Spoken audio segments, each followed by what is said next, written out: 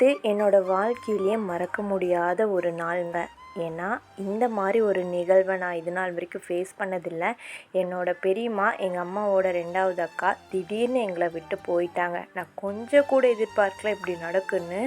But அப்படி ஒரு news கேட்டதுமே எனக்கு கை கால்லாம் அப்படியே நடுங்க ஆரம்பிச்சிருச்சுங்க.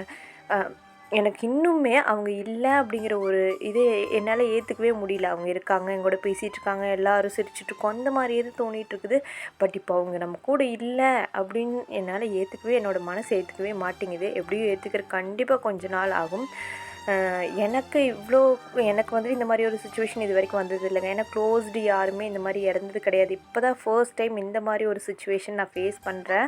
அது எவ்வளோ கஷ்டமாக இருக்குது அப்படின்னு சொல்லி இப்போ தான் புரியுது. எப்படியும் அதுலேருந்து மீண்டு வர அவங்க வீட்டுக்கு போனால் அவங்க இருந்தது, பேசினது, பண்ணது எல்லாமே கண்டிப்பாக ஞாபகம் வரும். அதாவது அவங்க கூட இருக்கிறவங்களுக்கெல்லாம் எப்படி இருக்குன்னு நினச்சி பாருங்கள். என்ன பண்ணுறதுங்க, எல்லாமே நடந்து தான் ஆகும். நடக்கிறத நம்மளும் மீண்டு வந்து தான் ஆகணும். ஸோ அவ்வளோ ஒரு நல்ல பர்சன் நம்ம விட்டு போயிட்டாங்களே அப்படின்னு நினைக்கும்போது ரொம்ப ரொம்ப கஷ்டமாக இருக்குது.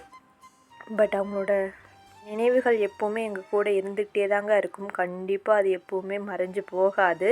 ஸோ அவங்களோட நினைவுகளோடு அவங்களுடைய ஆத்மா சாந்தி அடைய நானும் வேண்டிக்கிறேன். நீங்களும் கண்டிப்பாக வேண்டிக்கோங்க.